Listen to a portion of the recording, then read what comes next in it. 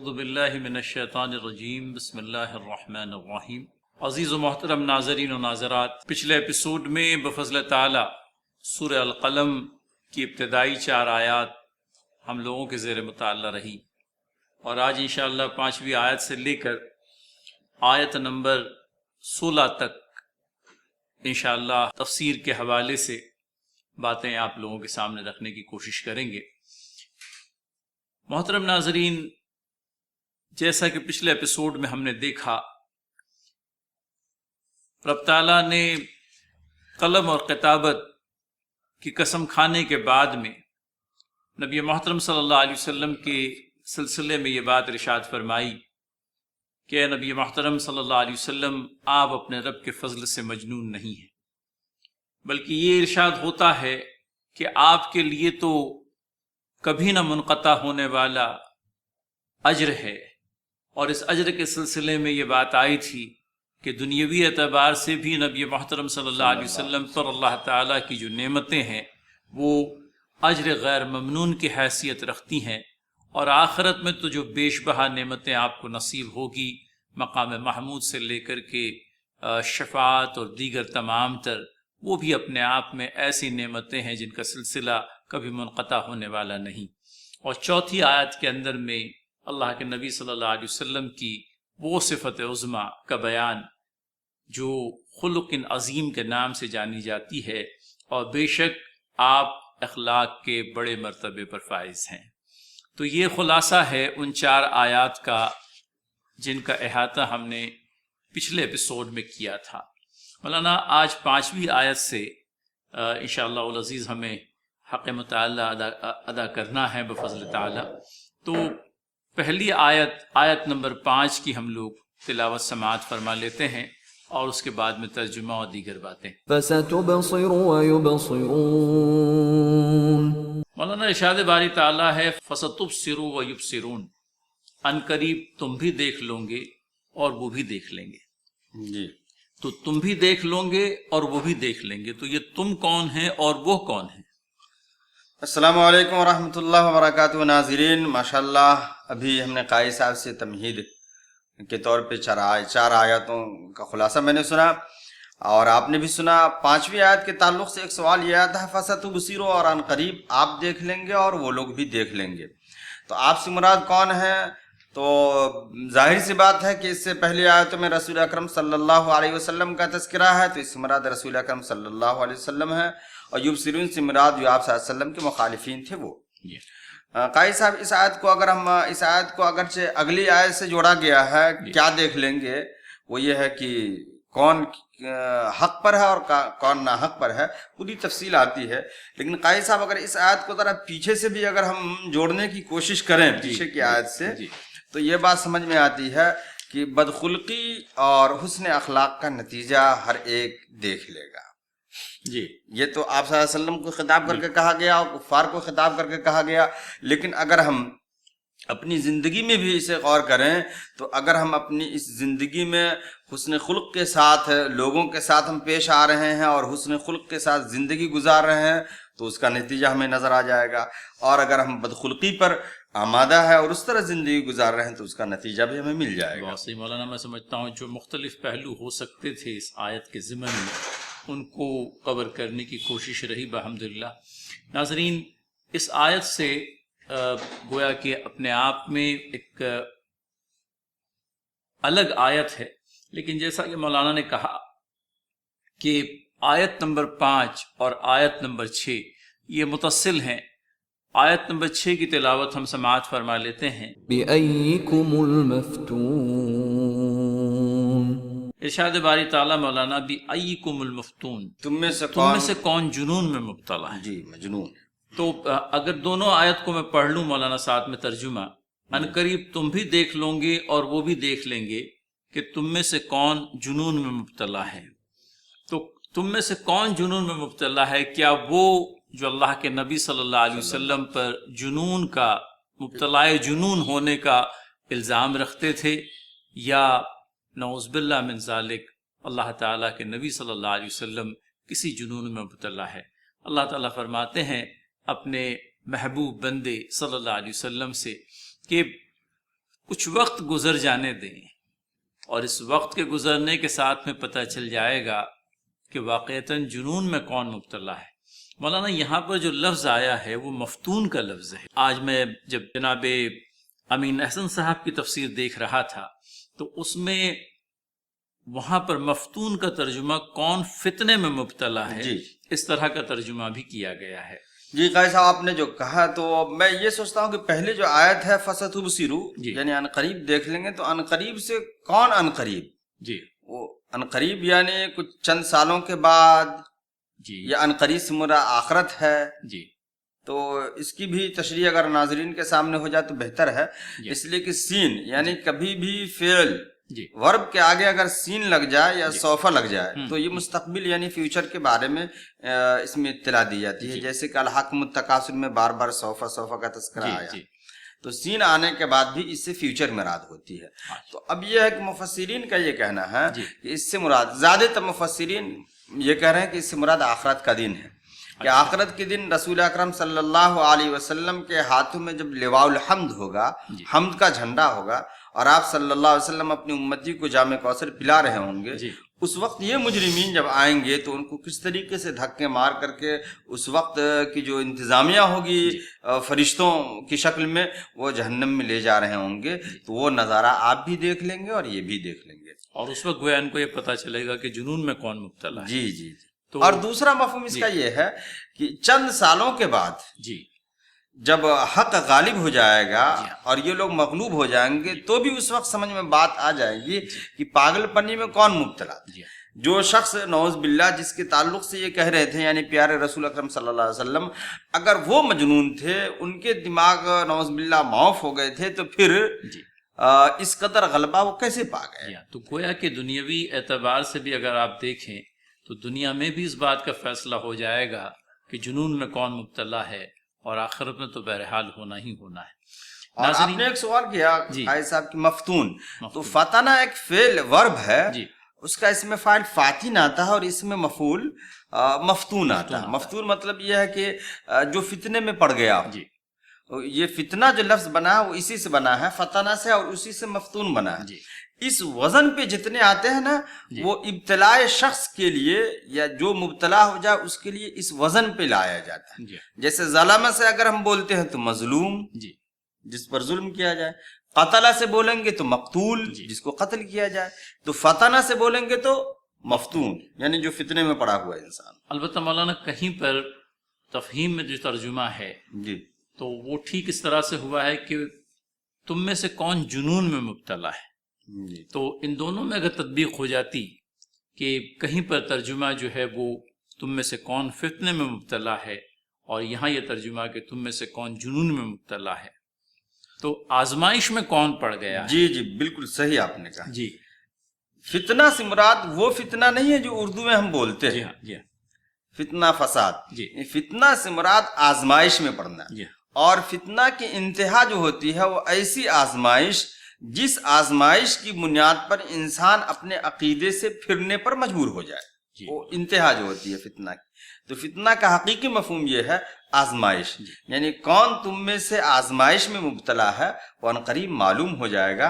اگر قائد صاحب آزمائش کا ترجمہ جو آپ نے وہ جو لفظ لایا اس سے دونوں طرف یہ ہو سکتا ہے، جی جی مطلب اس میں جنون کا بھی لفظ آ سکتا ہے اور فتنے کا لفظ بھی آ سکتا ہے۔ ماشاءاللہ اچھا ترجمہ۔ گویا کہ یہ الزام لگا کر کہ کون فتنے میں مبتلا ہو گیا ہے۔ جی جی جی تو ناظرین اس کے بعد کی جو آیت ہے، آیت نمبر 7، ہم آیت نمبر 7 کی تلاوت سن لیتے ہیں، پھر ترجمے پر چلتے ہیں۔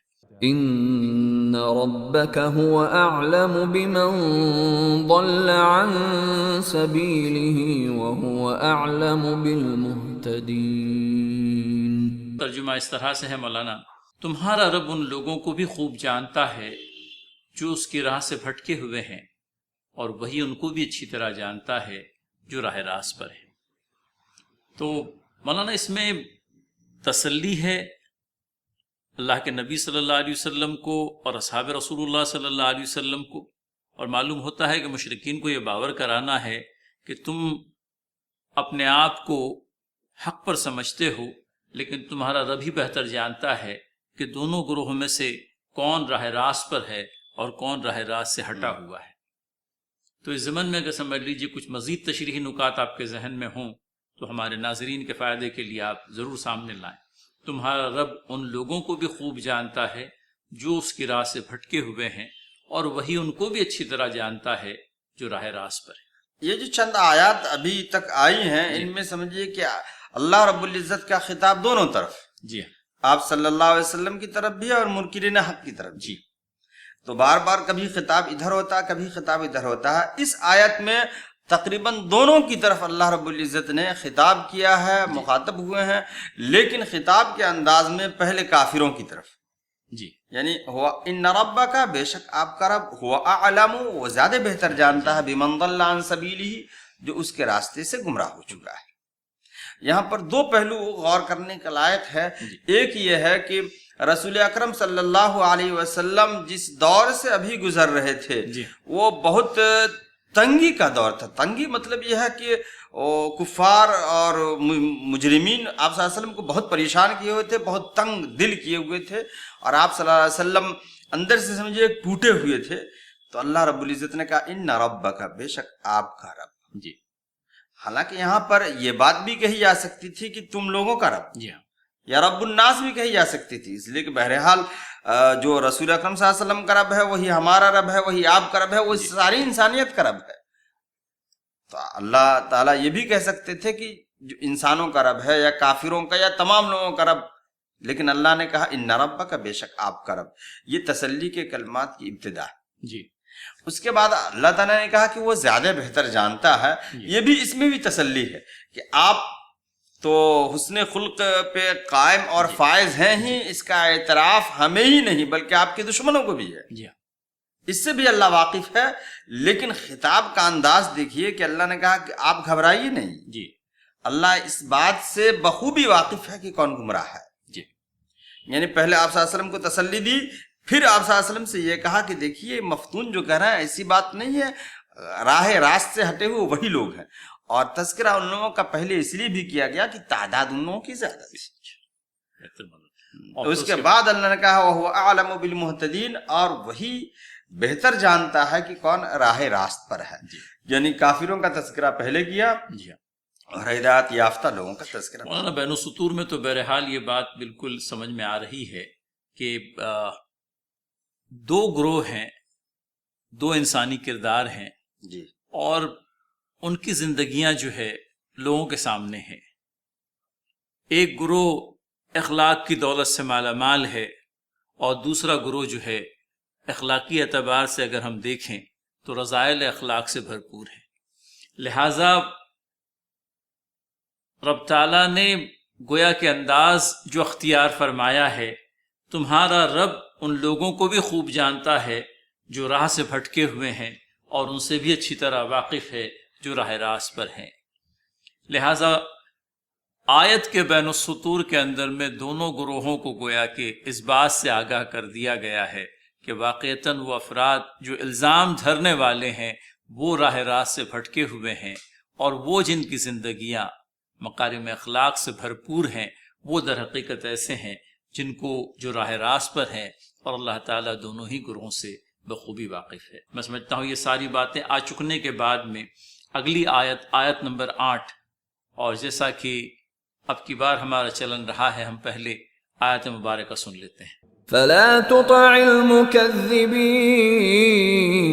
مولانا الفاظ ہیں فلا تطع المکذبین، ترجمہ یہ ہے کہ لہٰذا تم ان جھٹلانے والوں کے دباؤ میں ہرگز نہ آؤ.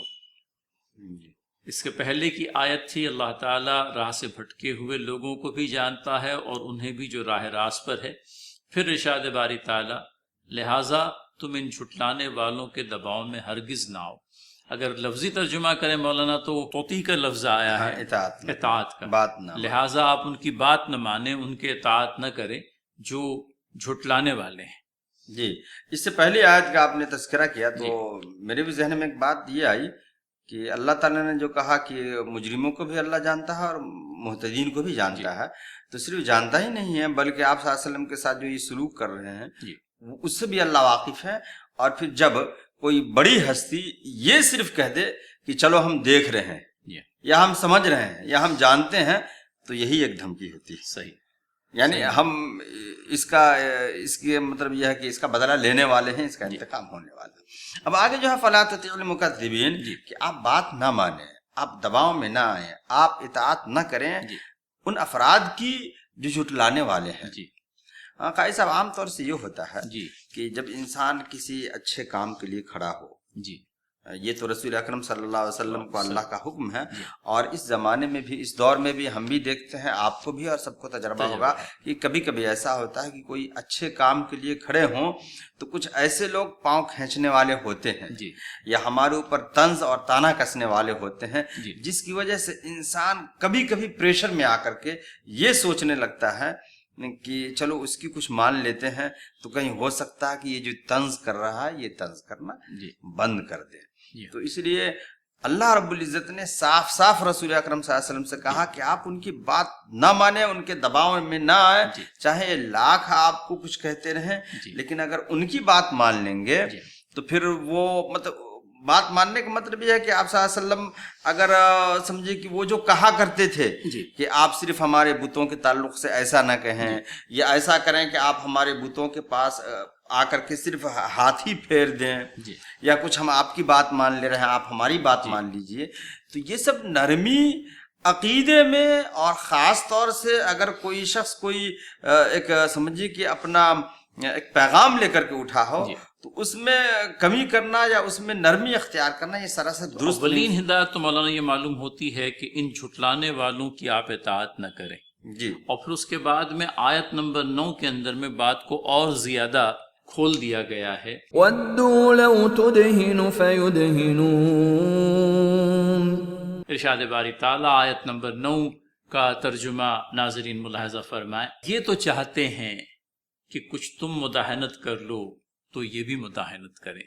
تو یہ مداہنت کا لفظ جو ہے گویا کہ عقیدے کے معاملے میں جب مشرکین مکہ سے یہ چاہا گیا کہ اللہ کے نبی صلی اللہ علیہ وسلم کوئی لچیلا رویہ اختیار کریں تو اللہ تعالیٰ نے گویا کہ اس بات کی تاکید فرمائی کہ ایسا بالکل بھی نہ ہوگا۔ اور سیرت کے مطالعے سے اگر مولانا ہم دیکھیں تو ہمیں کئی ایک مثالیں ایسی مل جاتی ہے جہاں پر مشرکین مکہ نے اللہ کے نبی صلی اللہ علیہ وسلم کو مختلف پیشکش کی تھی، اور ان یہ پیشکش جب جب آئی ہے اللہ کے نبی صلی اللہ علیہ وسلم نے یکسر ان کا رد کیا ہے۔ مولانا کچھ مثالیں اگر ذہن میں آ رہی ہوں تو ہمارے ناظرین کے ساتھ میں آپ اس کو ضرور شیئر کریں۔ میرے ذہن میں فی الفور ایک مثال یہ بھی آئی کہ کہیں اس طرح کا پروپوزل بھی دیا گیا تھا کہ 1 سال آپ ہمارے معبودان باطلہ کی پرستش کر لیں اور اگلے سال جو ہے خدا واحد کی پرستش ہم کر لیں۔ اس طرح کا بھی کوئی کمپرومائز پروپوزل جو ہے آیا تھا، اور میں سمجھتا ہوں اس طرح کی اور بھی باتیں، خاص کر کے عتبہ کی جو بات آئی ہے سورہ حامیم سجدہ سے پہلے وہ واقعہ اگر آپ کے ذہن میں آ رہا ہو تو، کہ مشرکین مکہ کے سرداروں نے آپس میں جو ہے کوئی مشورہ کیا، اور مشورہ کرنے کے بعد میں چند ایک تجاویز اللہ کے نبی صلی اللہ علیہ وسلم کو پیش کرنا چاہی، اور پھر ان سرداروں میں سے ایک اللہ کے نبی صلی اللہ علیہ وسلم کے پاس میں وہ تجاویز لے کر کے پہنچتا ہے، اور اللہ کے نبی صلی اللہ علیہ وسلم ان تجاویز کو سن لینے کے بعد میں سورہ حامیم سجدہ کی آیتیں پڑھنا شروع کر دیتے ہیں، شروع سے لے کر آیت سجدہ تک۔ ہمیں دولت کی ضرورت ہے تو ہم تمام لوگ دولت اکٹھا کر دیں، اور اگر یہ کام تم اس لیے کر رہے ہو کہ سردار بننا چاہتے ہو تو تمام رؤسائے عرب مل کر کے تمہیں سردار بنا لیتے ہیں، اور اگر اس کام سے یہ چاہتے ہو کہ تمہاری اچھی کسی خوبصورت گھرانے میں شادی چاہتے ہو تو سب سے اچھی خوبصورت لڑکی سے شادی کر دے رہے ہیں۔ اور بھی ایک بات انہوں نے پیش کیا، کئی پروپوزل آئے تھے ان کی طرف سے، کئی پیشکش تھی، اس میں سے ایک بات یہ تھی کہ بہت مالدار بننا چاہتے ہو تو ہم لوگ سب مال اکٹھا کر کے تمہیں مالدار کر دے رہے ہیں۔ اور لاسٹ کی بات جو ہے جو سیرت کی کتابوں میں آتی ہے وہ یہ کہ اگر تمہارے اوپر کسی جنون یا کسی آسیب کا خطرہ ہے تو اس کا بھی ہمیں علاج کرتے ہیں۔ تو اس کے بعد آپ صلی اللہ علیہ وسلم نے حامیم سجدہ کی آیات تلاوت کی، تو عتبہ نے خاص آیت پہ پہنچنے کے بعد عتبہ نے ہاتھ آپ صلی اللہ علیہ وسلم کی دہن مبارک پہ رکھ دیا اور کہا خاموش ہو جاؤ۔ میں سمجھتا ہوں وہ آیت مبارکہ وہ تھی کہ جس میں عاد و سمود پر جیسا عذاب آیا ہے ویسا ہی عذاب کہیں تم پر نہ آ جائے، تو اس پر جو ہے اس نے اللہ کے نبی صلی اللہ علیہ وسلم کے دہن مبارک پر اپنا ہاتھ رکھ دیا تھا۔ حالانکہ یہ سلسلہ کلام آگے کو بھی نبی کریم صلی اللہ علیہ وسلم نے جاری رکھا تھا، اور آپ آیت سجدہ پر جا کر کے رکے تھے، اور عتبہ نے یہ ساری آیتیں جو ہے بغور سنی، اور سننے کے بعد میں جب وہ مشرکین مکہ کے سرداروں کی طرف پلٹا ہے تو اس کی کیفیت بالکل بدل چکی تھی، اور سرداروں نے دور سے ہی آتے ہوئے عتبہ کو جب دیکھا تو کہا کہ عتبہ جو چہرہ لے کر کے گیا تھا وہ چہرہ لے کر کے نہیں لوٹا ہے۔ عتبہ نے لاکھ ان کو سمجھانے کی کوشش کی کہ کیوں کر تم اس شخص کے پیچھے پڑے ہوئے ہو، اور بہت ہی عقل مندانہ مشورہ عتبہ نے اس وقت دیا تھا کہ مجھے یقین ہے کہ یہ کلام رنگ لا کر کے رہے گا، اور تم اپنے بھائی کے مخالف کیوں بنتے ہو؟ اگر باقی دنیا والے اس سے نمٹ لیں گے، اس کی بات کا اگر اس کی بات سے اگر اختلاف کرتے ہیں تو، اور تم اپنے بھائی پر دست درازی کرنے سے محفوظ رہ جاؤ گے، جی، اور کل کو اگر اس کا کلمہ، اس نے جو کلمہ لایا ہے غالب نبی کریم صلی اللہ علیہ وسلم، اللہ تعالیٰ کا جو کلمہ آپ کو نصیب ہوا ہے وہ اگر غالب آ جاتا ہے تو اس کی بادشاہت تمہاری بادشاہت ہوگی۔ تو کہنے کے لیے تو بہت ہی منصفانہ، عادلانہ، اور یوں کہہ لیجئے کہ دل لگتی بات کہی تھی، لیکن اب جن لوگوں کے رگوں پے میں ہٹ دھرمی ہی سمائی ہوئی تھی وہ اس مناسب بات کو بھی کہاں قبول کرتے۔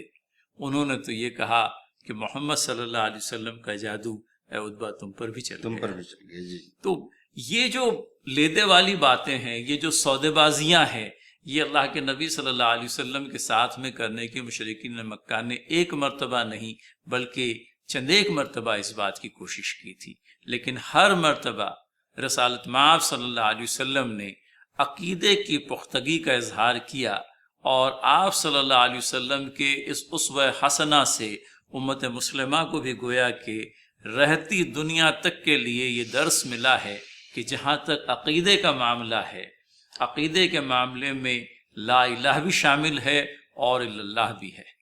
مشرکین مکہ تو یہی چاہتے تھے کہ آپ لا الہ کو ہٹا دیں، اللہ کی بندگی ہم بھی کرتے ہیں، آپ بھی کرتے ہیں، لیکن جب تک لا الہ نہیں ہوگا الا اللہ کا حق ادا نہیں ہوگا۔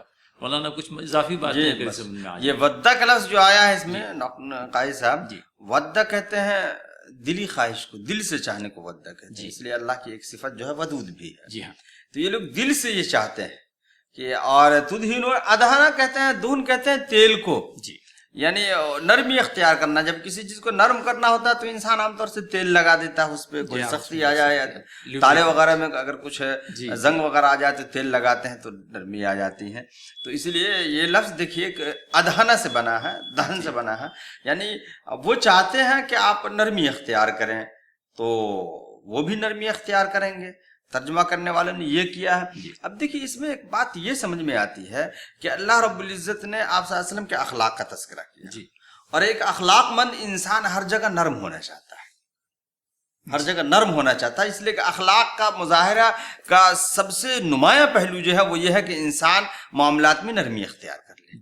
تو اللہ نے کہا کہ نہیں، آپ اخلاق مند ہیں جی، لیکن اپنے مشن کے تعلق سے نرم نہیں ہونا ہے۔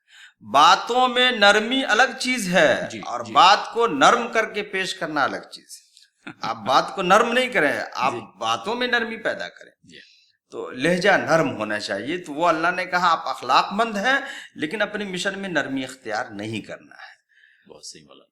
میں سمجھتا ہوں ناظرین بات آ رہی ہے کسی درجہ یوں کہہ لیجیے کہ کمال کے ساتھ میں، اور اللہ تعالیٰ سے ہم دعا گو ہیں کہ باری تعالیٰ تیری کتاب ہے اور اس کا حق ادا کرنا ہم جیسے کم علموں کے لیے بالکل بھی ممکن نہیں، البتہ اس کے فضل سے جو باتیں حاصل مطالعہ ہیں وہ آپ کے سامنے پیش کرنے کی کوشش کرتے ہیں۔ رب تعالیٰ سے دعا ہے کہ وہ اس سلسلے مبارکہ کو ہمیں صحیح خطوط پر چلانے کی توفیق و ہدایت نصیب کرے۔ مولانا اب تذکرہ ہے ایک کردار کا، اور لازم نہیں کہ یہ ایک مخصوص شخص کا ہی کردار ہو، کہیں پر مفسرین کا ذہن اس طرف بھی گیا ہے کہ ایک سے زائد لوگ بھی ہو سکتے ہیں جو اس کردار کے حامل ہیں، لہٰذا ہم پہلے ان خصلتوں کا بیان پڑھ لیتے ہیں جو اس کردار میں پائی جاتی ہے یا ان کردار میں پائی جاتی ہیں جن کا تذکرہ ان آیات کے اندر میں آیا ہے۔ آیت نمبر 10 سے لے کر آیت نمبر 16 تک۔ ویسے یہ جو کردار آپ نے تذکرہ کیا آیت نمبر 10 سے 13 تک میں یہ کردار مکمل ہوتا ہے، لیکن بات مکمل 16 تک 16 تک ہوگی، تو میں اس میں اضافہ کروں کہ یہ کردار، یہ جو کہا جائے کہ یہ جو باتیں بتائی گئی ہیں کسی شخص کے بارے میں یا کسی متعین شخص کے بارے میں یا غیر متعین شخص کے بارے میں، یہ 9 چیزیں ہیں جی، تو 9 چیزوں کا تذکرہ ہے، سلسلہ وار ہم انشاءاللہ اس کا ذکر کریں گے۔ اور بعض مفسرین نے نام بھی لکھا، قائی صاحب نام 3 نام آتے ہیں تقریباً، اخنس ہے، اخنس بن شریک کا نام آتا ہے، اور پھر سب سے بڑھ کر کے جو ہے ولید بن مغیرہ کا نام سب سے پہلے آیا ہے، اسی طرح سے اسود بن عبد یغوث کا نام بھی آتا ہے۔ حالانکہ اللہ کا یہ طریقہ ہے کہ اکثر نام نہیں لیا گیا، اگر اس طرح کا تذکرہ کیا گیا تو نام نہیں لیا گیا۔ سورہ اعراف میں بھی ہے کہ اللہ نے ایک شخص کو بہت علم عطا کیا تھا، وَلَكِنَّهُ أَخْلَدَ إِلَى الْأَرْضِ، لیکن وہ زمین کا ہو کر کے رہ گیا، وہاں بھی نام کا تذکرہ نہیں۔ اور بھی کئی جگہ ایسے ہیں جہاں پر اللہ نے نام نہیں لیا ہے۔ تو میں سمجھتا ہوں وہ مثال بھی ہو سکتی ہے مولانا سورہ کہف کے اندر میں حضرت موسیٰ علیہ السلام کی ملاقات خضر سے، جی وہاں پر بھی لفظ خضر کہیں نہیں آیا ہے، لیکن مفسرین نے بہرحال اپنے طور پر ایک اندازہ لگایا ہے کہ خضر ہی ہیں وہ شخص جن کی ملاقات حضرت موسیٰ علیہ السلام سے ہونی تھی اور بفضل تعالیٰ باذن تعالیٰ ہوئی۔ اور سورہ تحریم میں بھی ازواج مطہرات میں سے جن کا تذکرہ آیا ہے ان میں سے نام نہیں لیا گیا، اگرچہ لوگوں نے بعد میں متعین کیا ہے سیرت کے حوالوں سے، لیکن نام نہیں لیا گیا ہے۔ اس لیے اگر نام نہیں لیا جائے تو اس پہ کچھ غور کرنے کی بات نہیں، بسا اوقات نام اس لیے بھی نہیں لیے جاتے ہیں کہ پھر ایک مخصوص شخص کی حد تک بات مقید ہو جاتی ہے، جبکہ اللہ تعالیٰ کا منشا کسی مخصوص فرد سے بات کو مقید کر دینا نہیں ہوتا، بلکہ اس خوبی یا خامی کو اجاگر کرنا ہوتا ہے کہ اگر خوبی ہے تو اسے ہم اپنائیں اور خامی ہے تو اسے بچنے کی کوشش کریں۔ بالکل بولا۔ تو ناظرین ہم آیت نمبر 10 کی تلاوت ایک مرتبہ پھر سن لیتے ہیں۔ وَلَا تُطِعْ كُلَّ حَلَّافٍ مَّهِينٍ، ہرگز نہ دبو کسی ایسے شخص سے جو بہت قسمیں کھانے والا ہے۔ حلاف مہین کا نام، حلاف مہین کے اصطلاح مولانا آئی ہے، بہت قسمیں کھانے والا، بہت قسمیں کھانے والا بے وقت آدمی۔ تو ظاہر سی بات ہے کہ قسمیں کھانے کی حاجت مولانا ایک ایسے شخص کو ہی پڑتی ہے جو یوں کہہ لیجئے کہ سماج میں اپنی کوئی وقت نہیں رکھتا، جو گویا کہ جانتا ہے کہ جب تک میں کوئی بات قسم کھا کر کے نہیں کہوں گا لوگ میری بات کا یقین نہیں کریں گے۔ یعنی اسے خود اپنے اوپر بھی بھروسہ نہیں ہوتا ہے کہ ہم قابل بھروسہ ہیں کہ نہیں۔ یہ مت پوچھو کہ کیا بچتا ہے، کیا کیا ٹوٹ جاتا ہے، کسی پر سے کسی کا جب بھروسہ ٹوٹ جاتا ہے تو اس انسان کو اپنے اوپر خود بھروسہ نہیں ہوتا ہے۔ اور یہی وجہ ہے کہ وہ اپنی بات کو لوگوں پر باور کرانے کے لیے قسمیں کھاتا ہے، اور قسمیں کھانے والا یہ شخص اپنے آپ میں بے وقت ہوتا ہے۔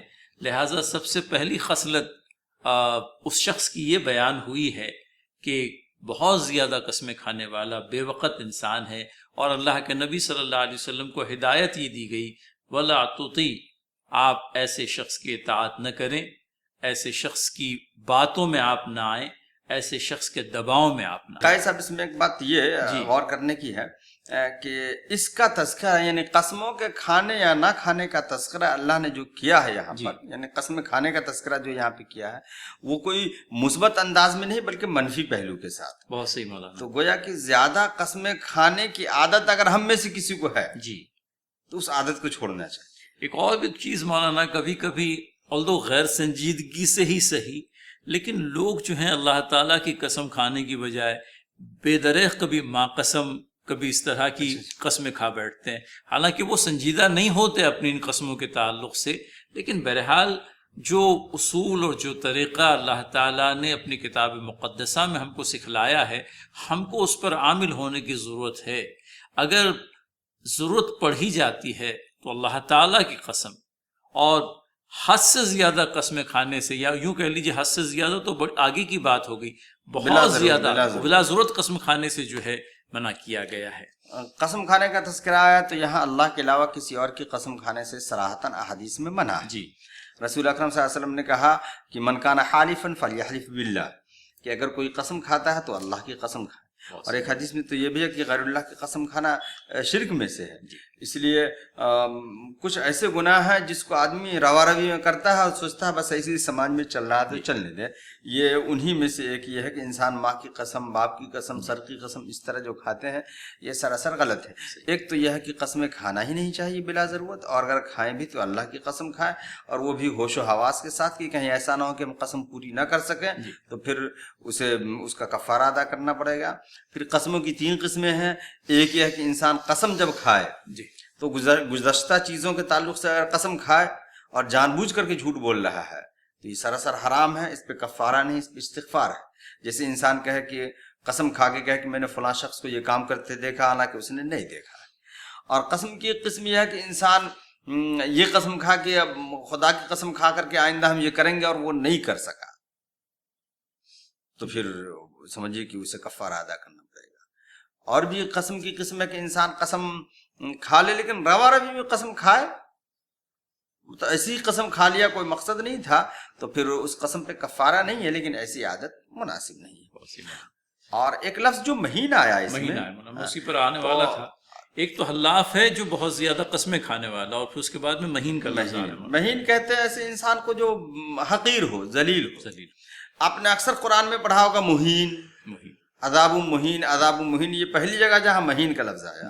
مہین جو ہے تو مہین احانہ سے بنا ہے، تو مہین کا مطلب ذلیل کرنے والا، اور مہین کا مطلب جو خود ہی ذلیل ہو.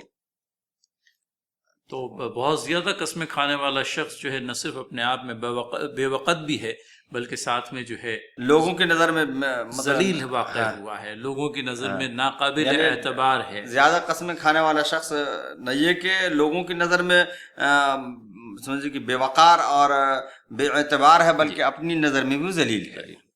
اور اس کے بعد مولانا ہم آیت نمبر 11 کی تلاوت سن لیتے ہیں ناظرین. ہمازٍ مشاء بنمیم. چھوٹی سی آیت ہے، حماز کا لفظ آیا مولانا. حمازم مشائم بنمیم، تانے دیتا ہے، چگلیاں کھاتا پھرتا ہے. تو تان کشی بھی ہے مولانا، اور اس کے علاوہ یہ ہے کہ لوگوں کے درمیان میں یوں کہہ لیجئے کہ غلط فہمیاں پیدا کرنے کے لیے ایک کی چغلی دوسرے سے کھاتا ہے. حمزہ تانا کے لیے بھی لفظ استعمال ہوتا ہے، اور ہر ایسی حرکت کے لیے جس حرکت کی وجہ سے کسی انسان کے عیب کو اجاگر کرنا ہو یا کسی کو نیچا دکھانا، چاہے وہ آنکھوں کے ذریعے ہو یا زبان کے ذریعے ہو یا بعض جسمانی اشاروں کے ذریعے ہو، تو حمزہ. چٹکیوں لینے کو بھی حمزہ کا لفظ بولتے ہیں. اس لیے شیطان جو ہے نا، شیطان آ کر کے دل میں جو چیز ڈالتا ہے نا، وہ بھی حمزات الشیاطین کہتے ہیں. وہ بھی سمجھیے کہ ہمارے دل میں اس طرح کی ہمیں وہ دعا سکھلائی گئی ہے، ربی اعوذ بک من حمزات الشیاطین واعوذ بک ربی ان یحضرون. قرآنی دعا ہے ناظرین، اس کو یاد کریں، کیونکہ یہ جو شیطانی وسائس ہیں ہمارے ذہن و دماغ کے اندر میں آنے والے بیجا خیالات، یہ سب شیطان کی اکساہٹ کا نتیجہ ہے. لہٰذا اس دعا کے ذریعے سے اللہ تعالیٰ سے مدد طلب کریں کہ اللہ تعالیٰ شیطان کی اکساہٹوں سے اور یہ کہ شیطان کے تانوں سے ہم لوگوں کو مامون و محفوظ رکھے. ارشاد باری تعالیٰ تانے دیتا ہے مولانا، اور پھر مزید یہ کہ چغلیاں کھاتا پھرتا ہے. تو یہ مزید خصلتیں بیان ہو رہی ہے اس شخص کی جس کا کہ تذکرہ ان آیات کے اندر میں موجود ہے. مولانا تانے کے سلسلے میں آپ نے یہ بات کہی، اور کہیں ہمیں یہ لفظ جو ہے ویل لکل ہمزۃ لمزہ، اس آیات کے اندر میں بھی حمزہ کا لفظ جو ہے آیا ہے. تو وہاں پر بھی یہ بات ہم لوگوں کو ملتی ہے ناظرین. اور چگلیاں کھاتا پھرتا ہے. تو اس میں پہلی جو صفت بتائی گئی ہے اس کی وہ تانا دینا. گویا کہ تانا دینا یہ ایک اچھے مسلمان کا شیوا نہیں ہے، بلکہ اگرچہ یہ ایسے کافر و مشرک کے تعلق سے بتایا گیا ہے جو کہ بہرحال اللہ کے نزدیک اور رسول اکرم صلی اللہ علیہ وسلم کے نزدیک بھی وہ مبغوض تھا. لیکن بہرحال یہ ایک ایسی صفت ہے جس صفت کو اپنے سے دور ہی رکھنا چاہیے، اس کو اپنانے کی کوشش نہیں کرنا چاہیے. اس لیے کہ تانا دینا ایک بہت ہی بری خصلت ہے، اور یہ وہی انسان کرتا ہے جس کے اندر گھمنڈ اور تکبر بھی ہوتا ہے کہ ہم تو اس سے اچھے ہیں. رسول اکرم صلی اللہ علیہ وسلم نے کہا کہ اگر کسی شخص نے کسی شخص کو ایسے گناہ پر تانا دیا جس گناہ سے اس نے توبہ کر لیا تھا، تو جب تک کہ وہ انسان تانا دینے والا انسان وہ گناہ خود نہیں کرے گا اس وقت تک اس کی موت نہیں ہوگی۔ ہو میرے خدا اللہ محفوظ رکھے، اللہ محفوظ رکھے۔ مولانا کوئی تعجب نہیں کہ وہ سورہ حمزہ کے اندر میں اللہ تعالیٰ نے ویل لکل حمزۃ لمزۃ الذی جمع مالہ وعددہ، ویل کا لفظ آیا ہے، اور ویل کا ترجمہ عام طور پر جو ہمارے مترجمین نے کیا ہے وہ اس طرح سے کہ خرابی ہے جی جی اس شخص کے لیے جو تانا کشی کرتا ہے۔ تو ناظرین، کوئی بات ایسی بھی جس کی سمیت و زہرناکی سے ہماری واقفیت قدر کم ہوتی ہے، اور چونکہ یہ چیزیں سماج کے اندر میں بس چل پڑی ہیں، لہٰذا لوگ ان چیزوں کی زہرناکی کو محسوس کیے بغیر اپنی روزمرہ زندگی کے اندر میں ان چیزوں پر بس عامل ہوتے چلے جاتے ہیں۔ مختلف پہلو سے بات آئی ہے تان کشی کے سلسلے میں، اور شیطانی عمل اپنے آپ میں ہے اس بنا پر کہ شیطان جو ہے لوگوں کو اس بات کی ترغیب دیتا ہے، تو یہ چیز بھی آئی۔ مزید اس کے اثرات کیا ہوتے ہیں ان کا بھی تذکرہ ہوا۔ قرآن مبارکہ کے اندر میں تان کش فرد کے لیے جس خرابی کا تذکرہ ہے اس کو بھی ہم لوگوں نے اپنی گفتگو میں لانے کی کوشش کی ہے، اور اس کے ساتھ میں مولانا یہ جو دوسری خصلت بیان ہو رہی ہے، چغلیاں کھاتا پھرتا ہے، تو چغلیاں کھانے سے ظاہر سی بات یہ معلوم پڑتا ہے کہ ایک کی خرابی کا بیان دوسرے سے، اور دوسرے کی خرابی کا بیان تیسرے سے، اور اس میں کہیں کوئی اصلاح کا پہلو نہیں ہوتا، بلکہ لوگوں کے درمیان میں غلط فہمی اور لوگوں کے تعلقات کے اندر میں کشیدگی، یہی مقصد ہوتا ہے۔ جی اس میں مشا کا لفظ ہے، مبالغہ کے صیغہ، یعنی بہت زیادہ چغلیاں کھاتا پھرتا ہے۔ اور یہ چغل خور انسان جو ہے جس کے پاس بات لے کر کے جاتا ہے کسی دوسرے کی بات، اس انسان کے نزدیک بھی وہ بے وقت ہوتا ہے۔ اگر چند دنوں تک اس کے پاس فلاں کی بات نہیں پہنچا تو اسے شبہ ہونے لگتا ہے کہ لگتا ہے اب میری بات وہاں پہنچا رہا ہے۔ صحیح، مطلب کہ یہ جو ہے، مطلب یوں کہہ لیجیے کہ غلط فہمیاں جو ہے بس ایک چین ریئیکشن کے طور پر گویا کہ عمل میں آ جاتی ہیں۔ امام شافعی رحمۃ اللہ علیہ کا قول ہے، انہوں نے کہا کہ من نقل لک نقل عنک، کہ جس شخص نے کسی دوسرے کی بات تمہارے پاس پہنچائی یقیناً وہ تمہاری بات دوسروں کے پاس پہنچائے گا، اس لیے ایسے شخص سے بچ کے رہنا چاہیے۔ تو چغل خور ایسا ہوتا ہے کہ چغل خور حقیقت میں وہ دو باتیں اس میں غور کرنے کی، ایک تو ہے کہ چغل خور کی چغل خوری اگر ظاہر ہو جائے تو وہ ذلیل سے بھی زیادہ ذلیل ہو جاتا ہے، جس کی بات پہنچاتا ہے اس کے نزدیک بھی اور جس کے پاس بات پہنچاتا ہے اس کے نزدیک۔ دوسری بات یہ ہے کہ اگر کوئی چغل خور کسی کی بات ہم تک پہنچایا یا کسی نے ہمارے تعلق سے کچھ کہا تھا وہ بات ہم تک پہنچا دیا، تو ہمیں یہ سوچنا چاہیے کہ اصل تکلیف پہنچانے والا تو یہ ہے۔ جس نے کہا اس نے تو غائبانے میں کہا، اس کا مجھے کوئی ٹینشن نہیں تھا کیا کہا کیا نہیں کہا، اگرچہ اس نے غلط کیا، لیکن بہرحال ہمارا دل تو اس کے تعلق سے صاف تھا، لیکن اس نے اگر کہ ہمارے دل کو گندا کر دیا اور ہمیں ٹینشن میں ڈال دیا۔ اس کی مثالیں قائد صاحب میں اکثر دیا کرتا ہوں کہ 3 لوگ چل رہے تھے، ایک دور تھا، ایک بیچ میں تھا، ایک لاسٹ میں تھا۔ اب آخر والے شخص کو آگے والے شخص سے کچھ انبن تھی، وہ کئی دنوں سے اس فراق میں تھا کہ کب موقع ملے تو اس سے میں بدلہ لوں۔ اب وہ آگے پیچھے میں فاصلہ تھا تو اس نے سوچا آج بہت اچھا موقع ہے، اس سے بدلہ لینا۔ اس نے ایک پتھر اٹھایا، پیچھے والے نے زور سے آگے والے کو مارا۔ ڈسٹینس زیادہ ہونے کی وجہ سے یا پتھر کا ویٹ زیادہ ہونے کی وجہ سے اس تک پتھر نہیں پہنچ پایا، اسے نہیں لگا، لیکن وہ مارتے ہی پتھر پھینکتے ہی بھاگا، وہ اس نیت سے بھاگا کہ اب تو لگنا ہے اس کو، پھر وہ مجھے دوڑا گا، تو وہ بھاگا، وہ دیکھا نہیں کہ پتھر وہاں پہنچا کہ نہیں، لیکن بیچ میں جو شخص چل رہا تھا اس نے سوچا اس کی محنت رائے گا گئی، اور اس نے وہ پتھر اٹھا کر کے آگے والے کو مار دیا۔ تو چغل خور کی جی مولانا، چغل خور کی کیفیت یہی ہوتی ہے۔ اب گویا کہ وہ آگے جو شخص چل رہا ہے وہ اس بدگمانی کا شکار ہے کہ مجھے پتھر کس نے مارا، چوٹ تو لگی اس سے۔ اصل یہ بتانا ہے کہ آگے والے شخص کو چوٹ اس سے لگی، اس سے تو لگی نہیں۔ تو چغل خور سے ہمیں یہ چوٹ پہنچتی ہے، اصل چغل خور سے پہنچتی ہے۔ تو ناظرین، مثال کے ذریعے سے بھی بات کو سمجھانے کی کوشش کی مولانا نے، جزاک اللہ مولانا۔ اور تان کشی کی بات آ گئی، چغلیاں کھانے والی بات آ گئی مولانا، اور اس کے بعد میں مزید چند خصلتوں کا تذکرہ ہے۔ آیت نمبر 12 ہے ناظرین، تلاوت سماعت فرمائے اور غور سے سنیں. مناع للخير معتد اثیم. مولانا الفاظ آ رہے ہیں مناع للخیر، خیر سے منع کرنے والا، بھلائی سے روکنے والا، اور ساتھ میں یہ بھی کہ معتد نسیم، ظلم و زیادتی میں حد سے گزر جانے والا. اس میں 3 خصلتوں کا بیان ہے. جی اب تک سمجھیے کہ حلاف ہے، مہین ہے 2 خصلتیں، حماز ہے 3، مشائم بنمیم 4 اور مناع للخیر 5، معتدن 6، اسیم 7. جی تو مناع للخیر، خیر کے مطلب 2 آتے ہیں. جی خیر کا ایک مطلب ہوتا ہے دولت بھی ہے، جی ہاں اور خیر کا ایک مطلب بھلائی بھی ہے. تو اگر ہم دولت مراد لیتے ہیں تو بھی اس میں 2 مفہوم ہو سکتے ہیں. جی یعنی مناع للخیر ایک مفہوم تو یہ ہے کہ اپنا پیسہ کسی کو نہیں دیتا، یعنی خیر کو روکنے والا ہے. جی اور اگر کوئی مدد کرنا چاہتا ہے تو بھی اس روکتا کو ہے. بھی روک دیتا ہے، یعنی بذات خود جو ہے انفاق نہیں کرتا، جی. اور اگر کوئی انفاق کرنا چاہتا ہے تو اس کو بھی انفاق سے روکتا ہے، گویا کہ کہیں اس کا انفاق نہ کرنا لوگوں کی نظر میں نہ آ جائے. ایک برا آدمی بہرحال یہ چاہتا ہے کہ دیگر بھی جو ہے اسی کے مانند ہو جائے تاکہ پھر اس کی برائی کی سمیت جو ہے ختم ہوتی رہے. اس میں مال میں ایک اور پہلو، جی ہاں. اور دوسرا پہلو کیا ہے؟ دوسرا پہلو یہ ہے کہ مال میں دوسرا پہلو ظلم کے حساب سے. جی یعنی اگر وہ کسی کا مال لے لیتا ہے تو وہ روک لیتا ہے. جی گویا کہ ایک ظلم یہ ہے، اور دوسرے ظلم کا تذکرہ معتدن، جی یعنی ظلم کے 2 پہلو. جی کسی کا مال لے لیا یا باقی ہے تو مناعن روکنے والا ہے، وہ نہیں دیتا. جی اور دوسرا پہلو معتدن، یعنی دونوں صورتوں میں وہ ظالم ہے.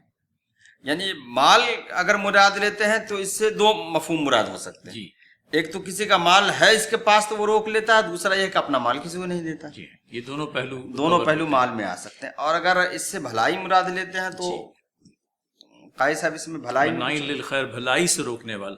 ایک تو وہ مخصوص شکل ہے مولانا کہ آپ کے پاس میں مال ہے لیکن آپ ضرورت مندوں پہ خرچ نہ کریں، یا کسی کا مال آپ کے پاس میں ہے اور آپ اس کو لوٹانے کے اندر میں آناکانی کریں یا اس کو نہ لوٹائیں. تو یہ تو مال کے سلسلے میں بات مخصوص ہو گئی. لیکن عام طور پہ اگر ہم دیکھیں تو بھلائی کے کاموں کے کرنے کے اندر میں جو ہے ممانعت کرتا ہے، روکتا ہے لوگوں کو بھلائی کے کام کرنے سے. گویا کہ سماج کے اندر میں اس خصلت کے انسان کا ہونا سماج کے لیے کس طرح سے نقصان دہ ہے. ایک تو یوں کہہ لیجئے کہ ترغیب خیر ہے جو افراد معاشرہ نے ایک دوسرے کو دینی چاہیے. یہاں معاملہ بالکل برعکس ہے. فرد بذات خود کوئی کار خیر نہیں کر رہا، اور جو کار خیر کرنے والے ہیں ان کو بھی کار خیر سے روکتا ہے، اور اس کے نتیجے میں ہوتا یہ ہے کہ سماج جو ہے دھیمے دھیمے خیر سے خالی ہوتا چلا جاتا ہے. فرد ایک ہے لیکن اس کا خصلت کس طرح سے سماج کے مختلف عناصر پر یوں کہہ لیجیے کہ اثر انداز ہوتا ہے، یہ قابل غور ہے ناظرین. کیونکہ اگر ہم دیکھیں تو ایک خرابی دوسری خرابی کو جنم دیتی ہوئی دکھائی پڑتی ہے. اس میں اب خیر سے روکنے کا مطلب، بھلائی سے روکنے کا مطلب یہی نہیں کہ انسان ہاتھ سے روکے جی یا زبان سے روکے. کبھی کبھی انسان ایسی حرکتیں کرتا ہے نا کہ جو لوگ اچھا کام کرنے والے ہیں اس کی حوصلہ شکنی ہوتی ہے. جی جی مولانا، جی مولانا. حوصلہ شکنی بھی گویا کہ بھلائی سے روکنے کا ایک ذریعہ ہے.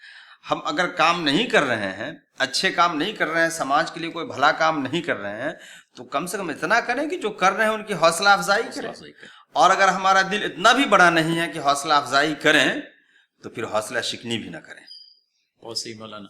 تو ناظرین دیکھیے کتنے مختلف پہلو ہیں قرآن کریم کا. اپنے آپ میں قرآن کریم کا یہ اعجاز ہے کہ کلمات نہایت ہی جامع ہوتے ہیں، لیکن ان جامع کلمات کے کئی ایک پہلو ہیں جو اجاگر کرنا ضروری ہوتا ہے.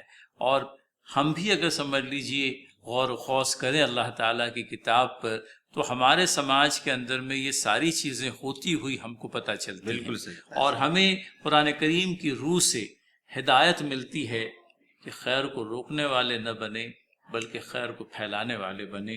اس شخص کی اسوے کو اختیار نہ کریں جس کا تذکرہ یہاں آیا ہے، بلکہ نبی محترم صلی اللہ علیہ وسلم کا اسوہ حسنہ.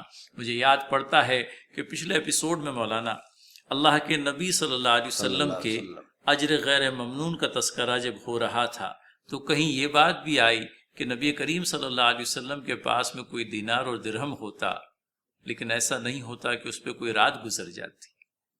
بلکہ رات کے گزرنے سے پہلے پہلے اللہ تعالیٰ کی راہ میں خرچ کر دیا جاتا. اور کبھی ایسے بھی ہوتا کہ اگر خود کے پاس دینے کے لیے کچھ نہیں ہوتا تو کسی کو ترغیب دیتے کہ تم فلاں ضرورت مند کی ضرورت کو پورا کر دو. تو یہ ہمارا اسوہ حسنہ ہے جو اللہ کے نبی صلی اللہ علیہ وسلم سے ہم کو ملا ہے، اور اس کے برخلاف یہ ایک نمونہ بھی آ رہا ہے جو خیر کو روکنے والا ہے. تو مناع للخیر، پھر معتد، یہ بات آتی ہے مولانا معتدن اسیم. لیکن آپ بتا رہے ہیں کہ یہ دونوں اپنے آپ میں دو الگ الگ خصلتیں ہیں. اسیم کا ترجمہ جو ہے وہ گنہگار ہے، بدعمال یا گنہگار، اور اس سے پہلے ظلم و زیادتی میں حد سے گزر جانے والا.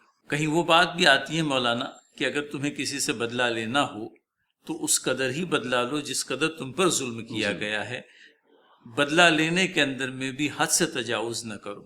لیکن یہاں معلوم پڑتا ہے جو ہدایت ہے، معاف کیجیے گا، یہاں پر جس بات کا تذکرہ ہو رہا ہے ظلم و زیادتی میں حد سے گزر جانے والا ہے. نہ صرف یہ کہ ظالم ہے، زیادتی کرنے والا ہے، بلکہ زیادتی کرنے میں حد سے گزر جانے والا ہے. قائد صاحب، یہ جو 3 خصلتیں بیان کی گئی ہیں نا، جی. تینوں خصلت میں دیکھیے کہ اس میں جتنی برائیاں ہو سکتی ہیں سب کے سب شامل.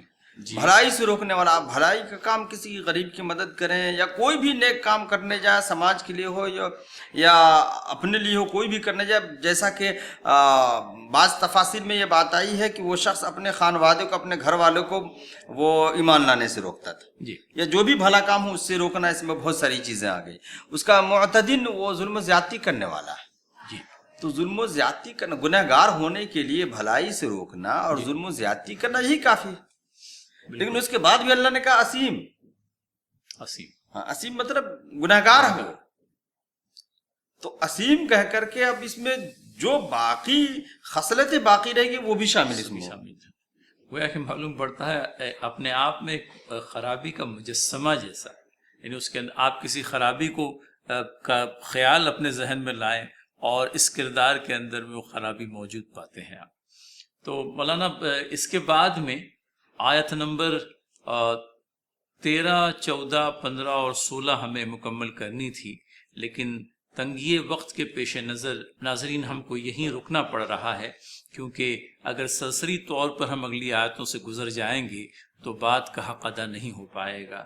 لہٰذا آج جن خصلتوں کا تذکرہ یہاں پر ہوا اس میں سب سے پہلے وہ شخص جس کی خصلتیں بیان ہوئی ہے، حلاف، بہت قسمیں کھانے والا، پھر اس کے بعد میں مہین، ذلیل شخص، بے وقت شخص، تانے دینے والا، چغلیاں کھاتا پھرتا ہے، بھلائی سے روکتا ہے اور ظلم و زیادتی میں حد سے گزر جانے والا ہے، اور اس کے ساتھ ہی گناہگار ہے، بدعمال ہے، جفاکار ہے.